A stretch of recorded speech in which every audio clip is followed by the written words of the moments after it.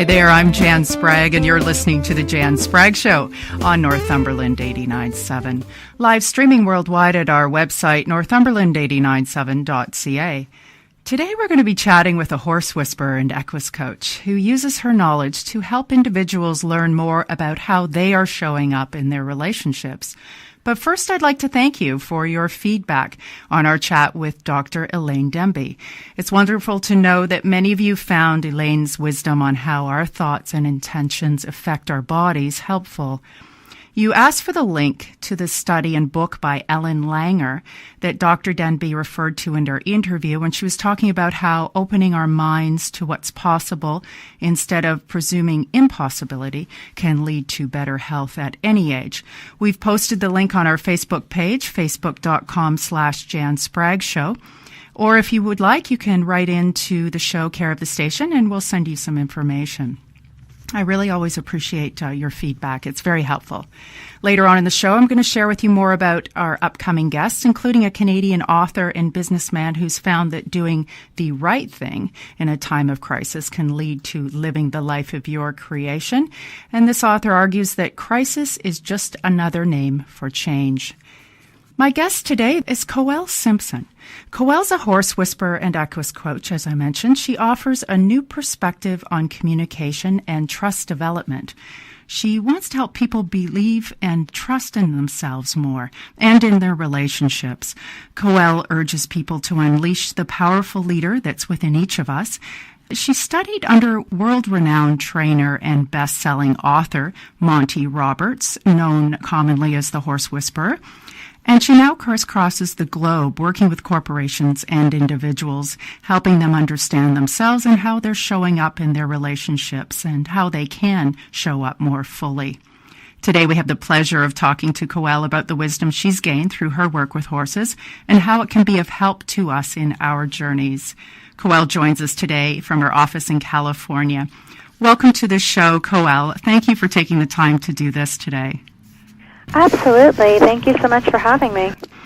First, I'd like to just say a general thank you. You know, when I was thinking about talking with you, I just wanted to thank you on behalf of so many of us who are really appreciative of this new take that you've brought forward on leadership and interpersonal skills, and for sharing your beautiful wisdom of how nature and horses can teach us so much about ourselves.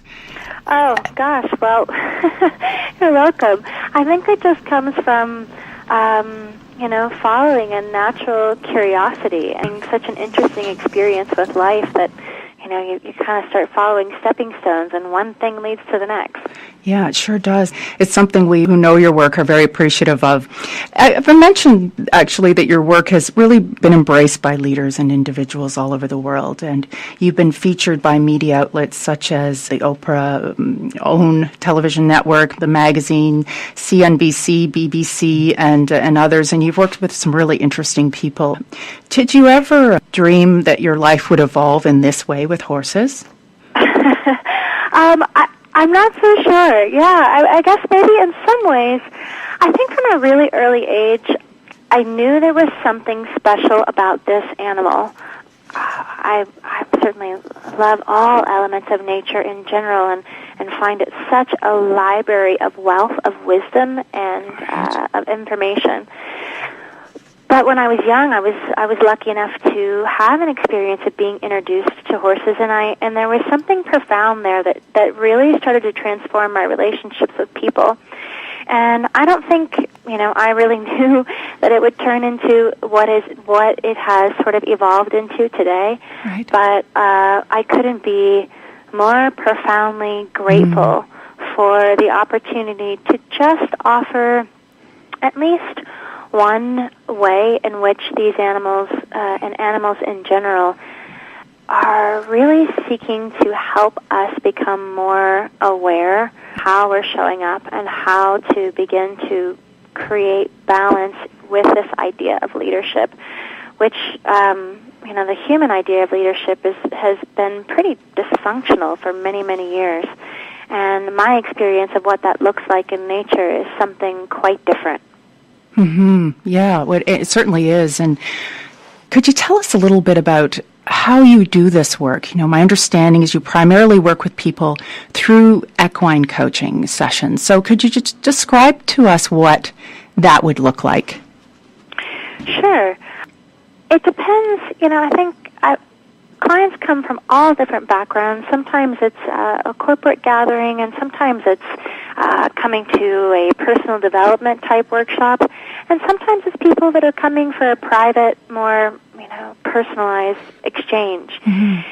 And in any of those experiences, people come in and they get a chance to sort of connect with a horse one-on-one, mm-hmm. and I will give them a safe space to be in, such as, an enclosed round pen or something of that nature, where they can begin to have an interaction with the horse. And what starts to unfold is that the way we show up to build a relationship and the things that we do, we like to think that we wear a different hat in different areas of our lives. But the truth is, our patterns are pretty consistent, and we tend to do what we think works naturally.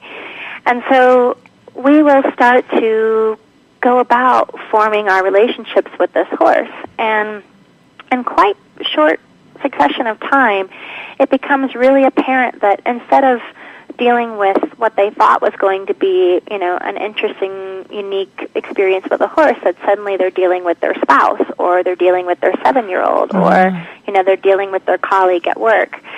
And the reason that type of exchange begins to unfold is because what's happening in our minds, the inner dialogue, how we see ourselves, both the things that we really respect and appreciate about ourselves, mm-hmm. and the things that we tend to have a lot of self-judgment about. That's happening in our inner dialogue all the time, and has a profound effect on the building of our relationships and how we tend to show up in any given exchange. Because horses are so acutely sensitive and very aware, obviously, of that nonverbal communication and the energetic communication, they start to mirror back the dance that happens when someone is building relationships.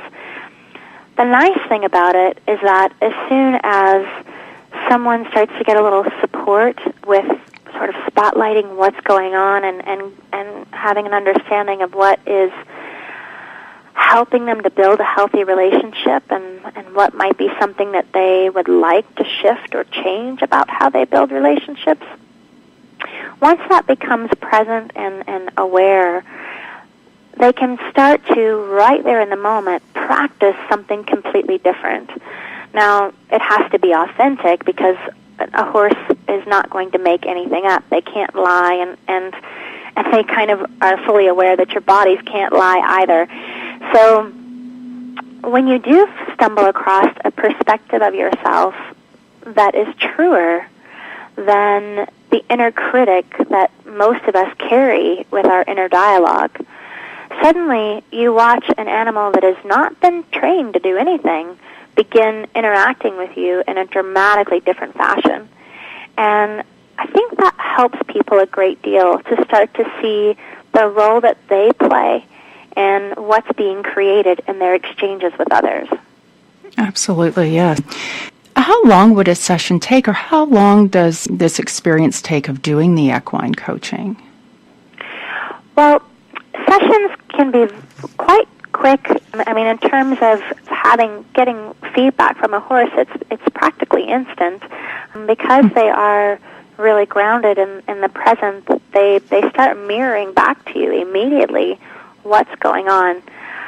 And, in a given workshop or a private session or something of that nature, I like to spend quite a bit of time giving people multiple experiences with horses, many opportunities to kind of practice becoming aware and shifting and changing their relationship with themselves and how they're treating themselves, how they're viewing themselves, and coming to something that feels more authentic and more genuine than the social kind of training that we've all been brought up to abide by. So Yeah, it can be very quick, but we definitely do a lot of experiences to give them plenty of opportunity to practice implementing something different. For those of us who might not have horses in our lives, how can we maybe bring some of this wisdom into understanding what our nonverbal communication might be saying to the world? Absolutely. It's a great question, yeah. We don't always have a horse coming through our living room. Right. Well, researchers and scientists of various backgrounds and the studies that they've done, they've kind of come to the understanding that 93% of our communication is nonverbal. So we spend a great deal of time putting a lot of emphasis on our words and what we're going to say and how we're going to say it. But that's only 7% of what we process from each other. And the reason for that is because we subconsciously know that our physical bodies are actually unable to tell a lie. Our physical bodies are just like a horse. They're very connected and grounded to the experience of the present moment. Now, the verbal aspect of the mind can tell all kinds of stories. We could, sit down for a cup of tea and have someone, come in and bring us a plate of muffins. And we each sort of poll different people in the room and ask them of their experience of the server who just came in the room. Everyone would have a different story to tell. Everyone would have a different experience of that. So the verbal mind can tell any side of any story. And we instinctively recognize, whether we're conscious of it or not, that the physical body is always grounded in the truth of what's really happening in this present moment. So when you go through your day, your mind is generating all kinds of fascinating and interesting stories and sort of inner dialogue, experiences, perspectives, judgments about yourself and about other people. And your physical body will have a visceral response to that. Now, most people are not used to noticing what that is, and we kind of don't even notice that the physical body is talking to us at all until it hits us over the head with a sledgehammer, and it becomes a chronic, painful experience of some sort. But if you start to just simply ask yourself, maybe you have a certain area of the body where you have chronic pain, or you might tend to get migraines, or you might tend to get an area of your body that gets easily fatigued. If you can notice what that is one of the unique ways in which your body talks to you. So, for example, I'm prone to getting migraines. And if I go through my day and I'm not really noticing that I'm thinking about something, or I'm sort of putting pressure on myself about something, my shoulders will begin to get a little bit tight. If I don't notice that, it will continue to progress and progress and progress until it transitions all the way into a physical migraine. The ideal thing is to think about my body as a horse and to notice the feedback that it's giving me. So when I start to think, oh gosh, I have to get this done before 4 o'clock, or this or that will happen, or, somebody won't think that I care because I didn't respond to their email or something of that nature. When I'm thinking that kind of inner dialogue, my physical body is going to have a strong response to it. And if I'm listening and I trust it, it's sort of the signal to me to go, oh, wait a minute. My mind has adopted a particular viewpoint of this situation. My body recognizes that it's not really true. My body is recognizing that it's perfectly okay if I'm not able to get this done by, 4 o'clock or whatever it might be. And that doesn't necessarily mean that, everything is going to dismantle and fall apart and this person is going to think that I don't care. So it helps clue me in to what's happening with my inner dialogue if I'm paying attention to those body signals. So the same is true for everyone. Our bodies are beautifully wise animals. They are also incredibly sensitive to what's happening in the environment. So taking the time to just sort of slow down just enough to start checking in once in a while and noticing, what is my body feeling? How is it doing? Where is it talking to me? That will help clue you into what inner dialogue might not be serving you at a given moment. Beautifully wise animals. That's really nice. That's a nice way to think of our bodies. I'm going to take that with me. Today we have the pleasure of chatting with Koelle Simpson, and after this short break, Coelle will share more of her insights from the world of horse whispering and equus coaching, and maybe we'll talk a little bit about leadership traits. I'm Jan Spragge. You're listening to Northumberland 89.7. Stay tuned.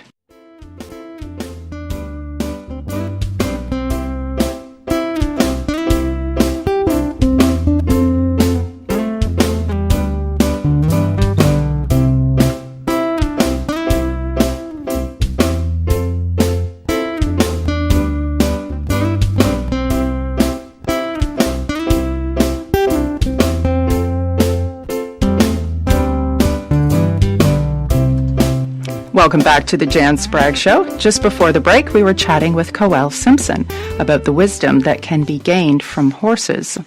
Coelle, I understand then that you take a lot of this work and you work with individuals, corporations about the different aspects of leadership and how they can take from this wisdom. Can you share a little bit about that with us today? Sure. Early on, looking at the way that leadership is communicated in terms of what we get taught, just how it's presented to us culturally, socially, and maybe even in our education systems. It's this idea that there's one person at the top who sort of takes on the responsibility, and they, either are able to convince and sort of schmooze everybody, maybe even bribe everybody, or, be perfect enough or good enough or have all the answers that people will be willing to follow them. And the other end of that spectrum is also if they are, strong enough, dominant enough, take charge in a certain way, that people will feel that element of authority and either be frightened by it or feel a sense of safety by it because they assume that that is going to generate a leadership experience that's going to help them to stay safe. And what I discovered when I started spending time watching horses with a much more open mind about what I might be seeing, what I began to witness was that leadership was never this element of competition. It was not the pyramid that, culture and society had taught me. What I saw was something that was much more of an organic, open flow. What I witnessed was that the horse that had the most calm energy, the one that was the most intuitive or aware of what was happening in their environment, they were very sort of tuned in to what was going on in a given space, and the one who set the most boundaries on their space. In other words, they were really good at tending to and taking care of what their needs were and maintaining healthy boundaries with the other horses in the herd. That was the individual that, should there be an imminent danger or something, there was a real need for some, member of the herd to step up, the horse in the given moment who was exuding the most of that would be the one to lead or initiate some kind of activity. Heaven forbid that horse be, distracted or injured or, mating or something of that nature. The next horse that was exuding the most calm, the most intuitive awareness, and who was setting good boundaries on their space would step up to fill that place. It was never stagnant. It was constantly moving and shifting and evolving. So that was something that helped me kind of think about, wow, I could have a really different experience with people in which we all bring our unique gifts and our unique characteristics to the table, so to speak. And what's needed is able to be used when it's needed. It doesn't need to be this element of one person at the top and everybody else waiting for what they should do next. The horses are, they let that whole dynamic flow in such a organic and truthful way. That's never an ego or an approval-seeking thing. It was also quite interesting to me that in that element of setting boundaries, most human beings look at that and they think, oh gosh, that's so mean, or that's not, that's not kind or loving of somebody else. What I've come to know from them is that if I'm so worried about taking care of you and sort of preoccupying myself with, trying to make sure that everything is okay and that, you're okay with me and that I'm meeting all of your needs, and if I entangle myself with that, then I am not really present inside my own body, and I use up all of my energy resources. So when my gifts and my awareness and my presence is really needed, I'm exhausted, and I would not be able to lead the herd to any element of safety. So there's a lot of, I think, incredible wisdom and insight to the way in which they hold community and how they hold herds that to me seems profoundly healthy. But it sometimes goes against what we've been culturally brought up in and what we've sort of been programmed as appropriate. It certainly does, and it creates a beautiful image of a leader who is really, really self-contained and can really operate from a place of stillness almost, is what it seems like. What's if I may ask, the biggest impact and change and how it's helped you evolve as a person? Yeah, I think my experience with horses has been, for me, just in my life and my relationships, has been life-changing. They have definitely inspired me beyond words, quite literally.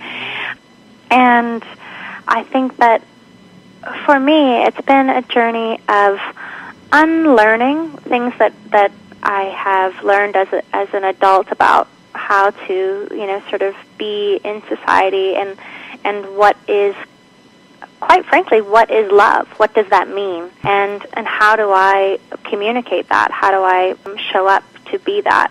One of the things that I think has been the most profound gift and a life-changing lesson that I've learned and have practiced implementing every day is understanding that the seed with which everything that we experience begins within us. And so I'll give you an example. Sometimes I have clients that will come in to a session with a horse, and they go in and they say, okay. I said, well, what would you like to do? And I say, well, I want to see this horse run. I said, great, excellent. Let's see if you can try to communicate that. And in a few moments of a lot of different attempts of trying things, this person is, very frustrated and about on the verge of tears and ready to pull their hair out, and meanwhile the horse is just standing there kind of staring at them. And it always makes me chuckle with great compassion. But the question I ask is, what part of you is actually feeling excited and exuberant and running on the inside? It doesn't mean that you have to physically start running yourself. What you experience in what you're wanting to feel and see and witnessing the horse run, it's kind of back to that old saying of you have to be the change you want to see in the world. Horses have taught me that in such a remarkable fashion and so consistently that they keep bringing me back to, okay, if I'm wanting to experience a certain kind of connection in my relationships, or I'm wanting to create something with business, or I'm wanting to allow for a certain type of experience, I have to let the seed of that begin growing from within me and to really learn how to nurture that and to become that energy frequency, so to speak. And as soon as I do, what I witness each and every time is watching the exterior or the world of form begin to synchronize and mirror that back to me.